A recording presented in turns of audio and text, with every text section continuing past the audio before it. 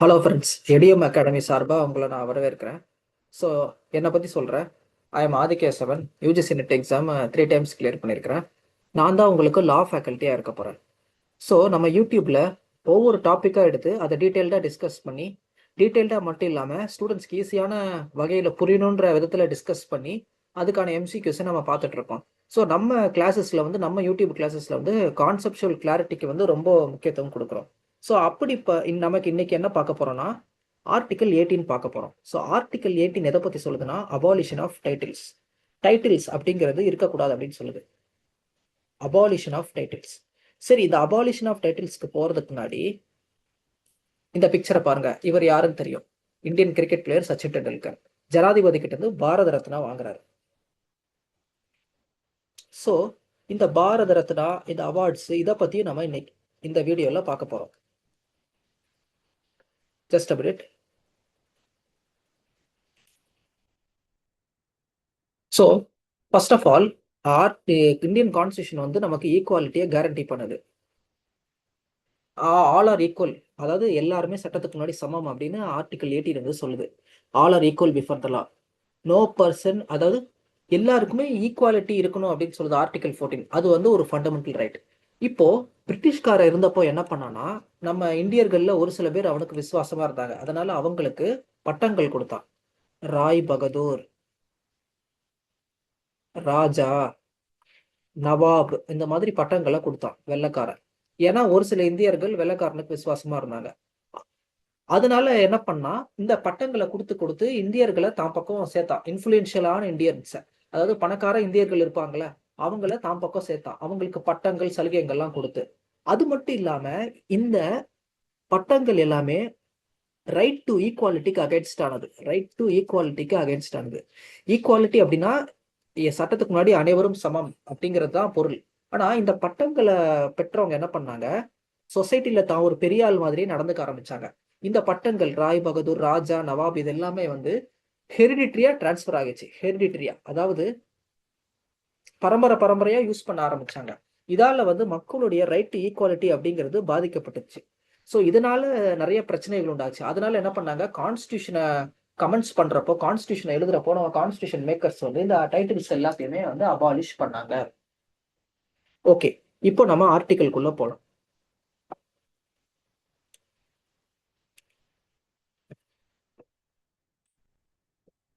S, Article 18, Abolition of Titles. No title not being a military or academic distinction shall be conferred by the state.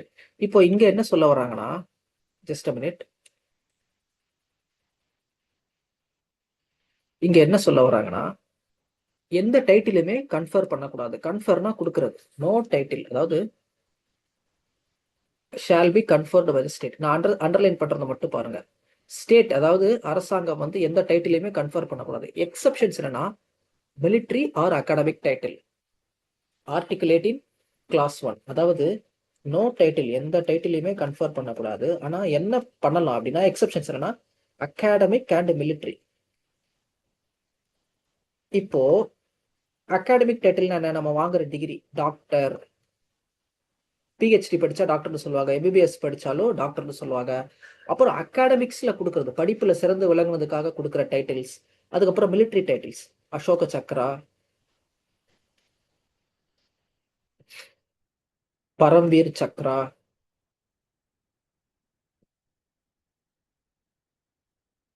Shaurya Chakra, இதெல்லாம் வந்து ராணுவத்துல சேர்ந்து வீர தீர செயல்கள் செஞ்சா கிடைக்கிற பட்டங்கள். இதெல்லாமே வந்து மிலிட்டரி டைட்டில்ஸ். ஓகேவா?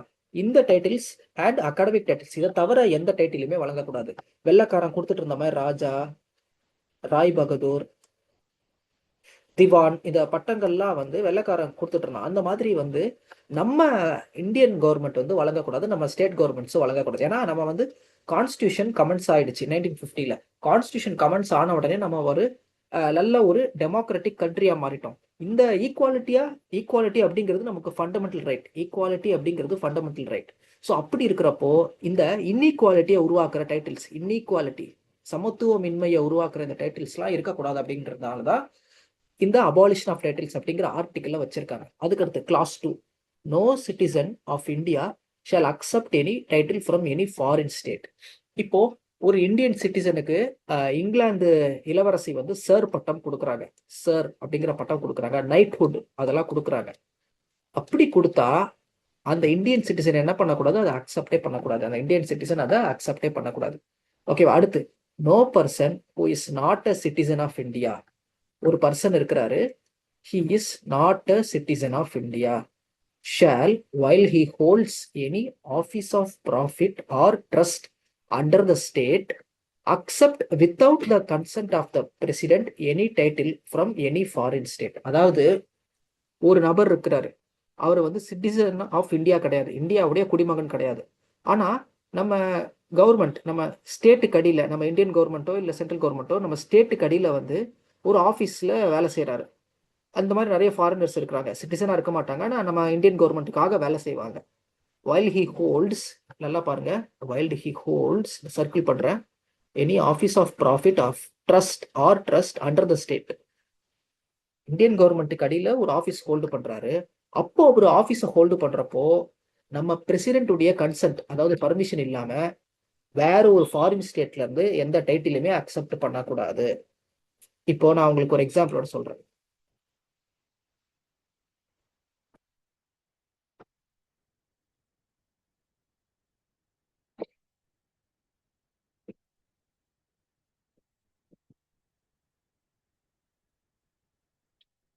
ஜஸ்ட் அ மினிட், இதை ரப் பண்ணிக்கிறேன். ஓகே, இப்போ மிஸ்டர் ஏன்னு ஒருத்தர் இருக்கார். அவர் வந்து அமெரிக்கன் சிட்டிசன், இந்தியன் சிட்டிசன் கிடையாது. ஆனாலும் இந்தியா கீழே வேலை பார்க்குறாரு, இந்தியன் கவர்மெண்ட் கீழே வேலை பார்க்குறாரு மிஸ்டர் ஏ. இப்போ மிஸ்டர் ஏக்கு யூகே வந்து சர் பட்டம் கொடுக்கலாம் அப்படின்னு பிளான் பண்ணுது, சர் பட்டம் கொடுக்கலான்ட்டு. அப்போ மிஸ்டர் ஏ என்ன பண்ணணும், பிரசிடென்ட் கிட்ட பர்மிஷன் வாங்கணும், இந்தியாவோட பிரசிடென்ட் கிட்ட கன்சென்ட் வாங்கிட்டு தான் இந்த சர் பட்டத்தை வாங்க முடியும். ஸோ இதுதான், ஒருத்தர் சிட்டிசனா இல்லைனா கூட இந்தியாவுக்காக ஒரு வேலை பார்க்குறப்போ இந்தியன் பிரசிடென்ட் ஆஃப் இந்தியாவோட கன்சென்ட்டை வாங்கிட்டு தான் அவர் என்ன பண்ணணும், அந்த ஃபாரின் கவர்மெண்ட் கொடுக்குற டைட்டிலை வாங்கணும். Okay, then clause 4, no person holding any office of profit or trust under the state shall, without the consent of the president, accept any present emolument or office of any kind from or under any foreign state. அதாவது ஒரு person இருக்கிறார், no person, அவர் சிட்டிசனாக இருந்தாலும் சரி, ஃபாரினராக இருந்தாலும் சரி, நான் சிட்டிசனாக இருந்தாலும் சரி, அவர் வந்து ஒரு ஆஃபீஸ் ஹோல்டு பண்ணுறாரு, ஒரு ஆஃபீஸ், ஒரு பொசிஷனில் இருக்கிறார், under the state, under the government of India. நம்ம கவர்மெண்ட்டு கீழே ஒரு ஸ்டேட்ல இருக்கிற ஒரு பொசிஷன்ல இருக்கிறாரு. இப்போ அவருக்கு வந்து ஒரு ப்ரெசன்ட் கொடுக்குறாங்க ஒரு ஃபாரின் கண்ட்ரி, ஆர் எமாலுமெண்ட் சலுகைங்க, ஆர் ஆஃபீஸ், ஒரு பதவி கொடுக்குறாங்க. யார் கொடுக்குறா, ஒரு ஃபாரின் ஸ்டேட் கொடுக்குது. இப்போ இவர் என்ன பண்ணணும், கன்சென்ட் வாங்கணும், பிரசிடென்ட் கிட்ட கன்சென்ட் வாங்கிட்டு தான் என்ன பண்ணணும், இதெல்லாம் அக்செப்ட் பண்ணணும் அப்படின்னு சொல்றாங்க. நல்லா பாருங்க, ஆர்டிகல் 18(1) என்ன சொல்றாங்க, எந்த டைட்டிலும் கொடுக்கக்கூடாது, எக்ஸப்ஷன்ஸ் வந்து military or academic title. No citizen of India, எந்த ஒரு சிட்டிசன் ஆஃப் இந்தியாவும் எந்த ஒரு டைட்டிலும் ஃபாரின் ஸ்டேட் கிட்ட இருந்து, எனி ஃபாரின் ஸ்டேட் கிட்ட இருந்து அக்செப்ட் பண்ணக்கூடாது. ஒருத்தர் இந்தியாவோட சிட்டிசனா இருக்காருன்னா அவர் எந்த டைட்டில்னா இந்த சர் பட்டம், டியூக்கு, அப்புறம் லார்டு, இந்த மாதிரி பட்டங்கள் கொடுப்பாங்க ஃபாரின் ஸ்டேட்ஸ். அந்த பட்டங்களை வந்து எந்த ஒரு சிட்டிசன் ஆஃப் இந்தியாவும் அக்செப்ட் பண்ணக்கூடாது. அதுக்கடுத்து clause 3, no person who is not a citizen of India, அவர் ஃபாரினராக இருந்தாலும் சரி, நம்ம பிரசிடென்ட்டோட கன்சென்ட் இல்லாமல் என்ன பண்ணக்கூடாது, எனி டைட்டிலை வந்து அக்செப்ட் பண்ணக்கூடாது. யார்கிட்ட இருந்து, ஃபாரின் ஸ்டேட் கிட்ட இருந்து. ஓகேவா? இப்போ 4th கிளாஸ்ல என்ன சொல்றாங்க, ஆர்டிகல் 18 4th கிளாஸ்ல டைட்டில்ஸை பத்தி சொல்ல, பிரசன்ட், பரிசுக, எமாலுமெண்ட் சலுகைங்க, ஆர் பதவிங்க, இதெல்லாம் வந்து யாருமே என்ன பண்ணக்கூடாது, அக்செப்ட் பண்ணக்கூடாது ஃபாரின் ஸ்டேட்ல இருந்து. அப்படி அக்செப்ட் பண்ணணும்னா பிரசிடென்ட்டுடைய கன்சென்ட் தேவை. பிரசிடென்ட்டுடைய கன்சென்ட் இல்லாம இதை நீங்க அக்செப்ட் பண்ண முடியாது, இதுதான் சொல்றாங்க. ஸோ டைட்டில்ஸை பொறுத்த வரைக்கும், டைட்டில்ஸ் பட்டங்களை பொறுத்த வரைக்கும் இந்தியாவோட சிட்டிசன் வந்து அதை அக்செப்டே பண்ண முடியாது. பிரசிடென்ட் வந்து பர்மிஷன் தரமாட்டாரு, அதுக்கான ப்ரொவிஷனே கிடையாது. இந்தியன் சிட்டிசன் வந்து ஒரு ஃபாரின் ஸ்டேட் கிட்ட இருந்து டைட்டிலை அக்செப்ட் பண்ண முடியாது. ஒரு நான் சிட்டிசன் ஆனா இந்தியன் கவர்மெண்ட் கீழே வேலை பார்க்குறவரு டைட்டில் அக்செப்ட் பண்ணலாம், but with consent of president. ஓகேவா? ஸோ இந்த ஆர்டிகிள் உங்களுக்கு புரிஞ்சிருக்குன்னு நினைக்கிறேன். இப்போ அடுத்து நம்ம இந்த பிக்சரை பாருங்க. ஆர்டிகிள் 18(1) நான் எக்ஸ்பிளைன் பண்ணியிருக்கிறேன். State cannot confer titles, only distinctions அதை தான் கன்ஃபர் பண்ண முடியும். டைட்டில்ஸ் வந்து கன்ஃபர் பண்ண முடியாது. என்ன அலவுடு, நான் வாட் இஸ் அலவுட், அந்த கிரீன் பாக்ஸ்குள்ள பாருங்க. மிலிட்ரி டிஸ்டிங்ஷன்ஸ், ஓகேவா, பரம்வீர் சக்ரா இதெல்லாம் அலவுடு. அகாடமிக் டிஸ்டிங்ஷன்ஸ், டாக்டரு, இந்த பட்டங்கள்லாம் அலவுடு, ஓகேவா. இதை எதுக்கு கொண்டு வராங்கன்னா ஈக்குவாலிட்டி அமாங் சிட்டிசன்ஸ், எல்லாருமே ஈக்குவல் அப்படிங்கிறத நிலைநிறுத்தணும் அப்படின்னா இந்த டைட்டில்ஸை ஒழிச்சாகணும். ஓகே ஃப்ரெண்ட்ஸ், இப்போ நம்ம நெக்ஸ்ட் கான்செப்டுக்கு போகலாம். இப்போ நம்ம ஒரு கொஸ்டின் பார்க்கலாம்.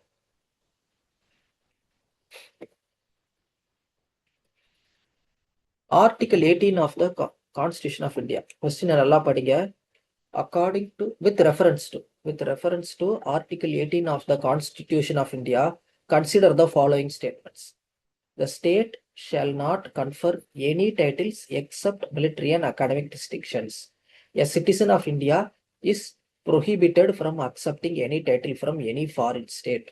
A foreigner holding an office of profit under the state can accept a foreign title without prior consent of the president. Which of the statements given above are correct? இப்போ இந்த எல்லா ஸ்டேட்மெண்ட்ஸே பாருங்களேன். The state shall not confer any titles except military and academic distinctions. இந்த statement வந்து correct. ஏன்னா state வந்து எந்த டைட்டில்ஸும் கொடுக்கக்கூடாது, பட் மிலிட்ரி அண்ட் அகாடமிக் டிஸ்டிங்ஷன்ஸ்ல டைட்டில்ஸ் கொடுக்கலாம். அப்போ ஒன் வந்து கரெக்டான ஸ்டேட்மெண்ட். இவங்க என்ன கேட்கறாங்க, எந்தெந்த ஸ்டேட்மெண்ட்லாம் கரெக்ட்னு தான் கேட்கறாங்க. அப்போ ஒன்னு இல்லாத ஆப்ஷனை எலிமினேட் பண்ணுங்க. பி எலிமினேட் பண்ணுங்க, ஒன்னு இல்ல, மற்றது எல்லாத்துலயும் ஒன்னு இருக்கு. இப்போ செகண்ட் ஸ்டேட்டை பாருங்க. செகண்ட் ஸ்டேட்மெண்ட்டை பாருங்க. A citizen of India is prohibited from accepting any title from any foreign state. இதை அனலைஸ் பண்ணுங்க இந்த ஸ்டேட்மெண்ட்டை. ஒரு சிட்டிசன் ஆஃப் இந்தியா எந்த டைட்டிலுமே, எனி டைட்டிலுமே என்ன பண்ணக்கூடாது, ஃபாரின் ஸ்டேட் கிட்ட இருந்து அக்செப்ட் பண்ணக்கூடாது. ஓகேவா, any title from any foreign state accept பண்ணக்கூடாது. இதுதான் வந்து ஆர்டிகல் 18 கிளாஸ் 2ல சொல்லியிருக்கிறாங்க. இது கரெக்ட். அப்போ 2 இல்லாத ஸ்டேட்மெண்ட்டை, 2 இல்லாத ஆப்ஷனை எலிமினேட் பண்ணுங்க. சி, சில 2 இல்லை. இப்போ ஏக்கும் டிக்கும் நடுவில் தான் நமக்கு கன்ஃபியூஷன். தேர்ட் ஸ்டேட்மெண்ட்டை படிங்க. Foreigner holding an office of profit under the state can accept a foreign title. இங்க பாருங்க, without prior consent of the பிரசிடென்ட்னு போட்டிருக்கு. வித் ப்ரையர் கன்சென்ட் அப்படின்னு தான் வரணும். ஏன்னா ஒரு ஃபாரினர் இந்தியன் கவர்மெண்ட் கீழே ஒரு ஆஃபீஸை ஹோல்டு பண்றாரு, அவர் ஒரு ஃபாரின் டைட்டில் வாங்கணும்னா பிரசிடென்ட்டோட கன்சென்ட்டை வாங்கணும். இங்க வித்தவுட் ப்ரையர் கன்சென்ட் போட்டிருக்கு. ஸோ ஆப்ஷன் 3 வந்து ஸ்டேட்மெண்ட் 3 வந்து ராங். Statement 3 wrong. அப்போ 3 இருக்கிறத எலிமினேட் பண்ணுங்க. எலிமினேட் பண்ணியாச்சு. ஸோ ஆன்சர் வந்து ஏ. ஸோ இந்த மாதிரி எலிமினேஷன் மெத்தடை வச்சு நீங்க ஸ்டெப் பை ஸ்டெப் போடணும். இதை ரப் பண்ணிட்டு நம்ம ஒரு கேஸ் லாவை பார்த்துடலாம்.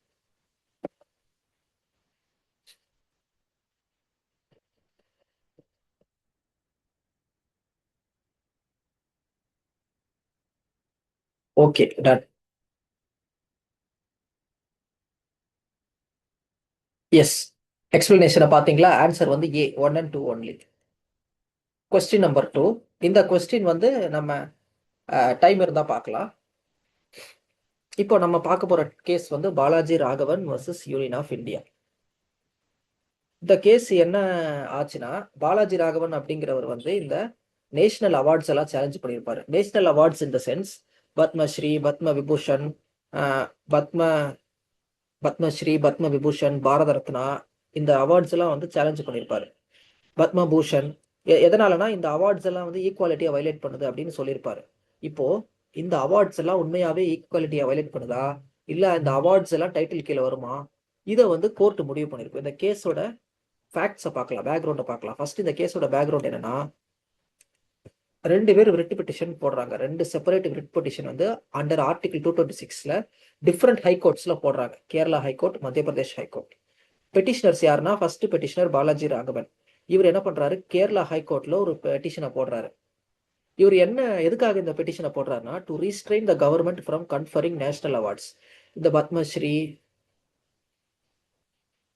பத்ம விபூஷன் இதெல்லாம் வந்து கவர்மெண்ட் கொடுக்கக்கூடாது அப்படின்னு கேட்டுக்கிறாரு.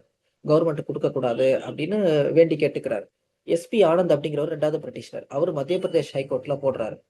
அவரும் இதே மாதிரி பாலாஜி ராகவன் என்ன கேட்டாரோ அதெல்லாம் கேட்கிறாரு. இப்போ எதுக்காக இந்த 2 பேர் இந்த ரெட் பெட்டிஷனை போடுறாங்கன்னா, இவங்க 2 பேரும் என்ன ஃபீல் பண்றாங்கன்னா, இந்த அவார்ட்ஸ் எல்லாமே வந்து ஈக்குவாலிட்டியை வயலேட் பண்ணுது.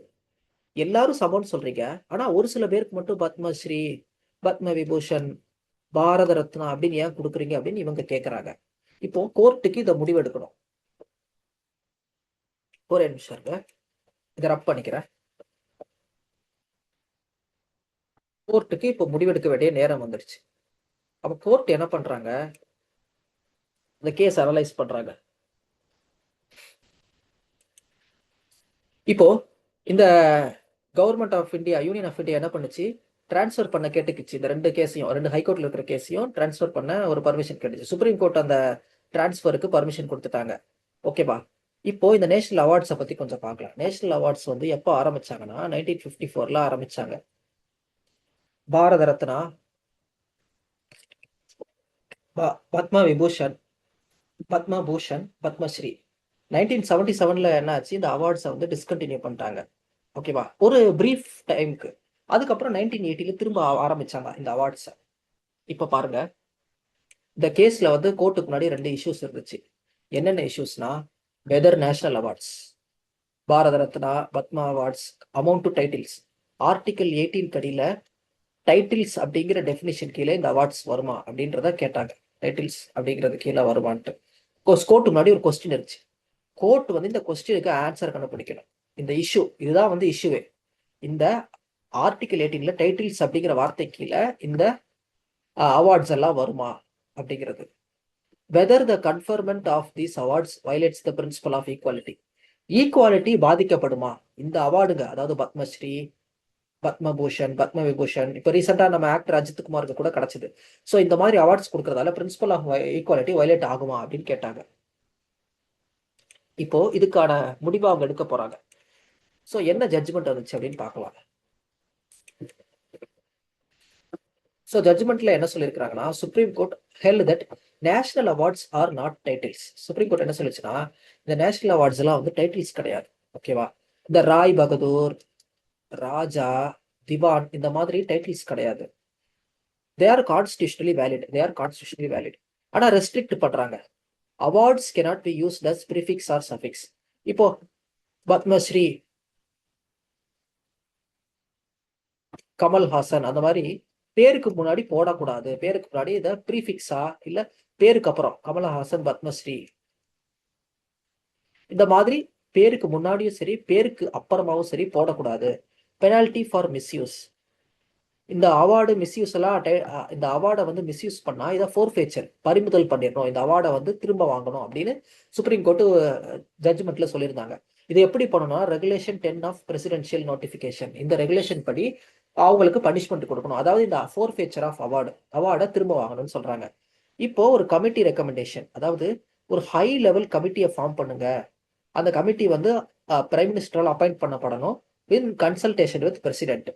ஸோ இந்த கமிட்டி என்ன பண்ணுன்னா, மெரிட் பேஸ்டு செலெக்ஷனை கடைபிடிக்கும் and limit number of awards.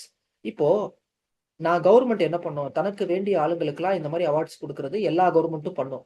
அப்படி தனக்கு வேண்டிய அவங்களுக்குலாம் பத்மஸ்ரீ, பத்ம விபூஷன், பாரத ரத்னா அப்படின்னு அவார்டு கொடுக்கறதால என்ன ஆகுதுன்னா, இந்த அவார்டுடைய நம்பர்ஸ் வந்து அதிகமாகுது. அவார்ட்ஸுடைய எண்ணிக்கை அதிகமாகுது. எண்ணிக்கை அதிகமாகிறதால அவார்டுக்கான மரியாதை கம்மியாகுது.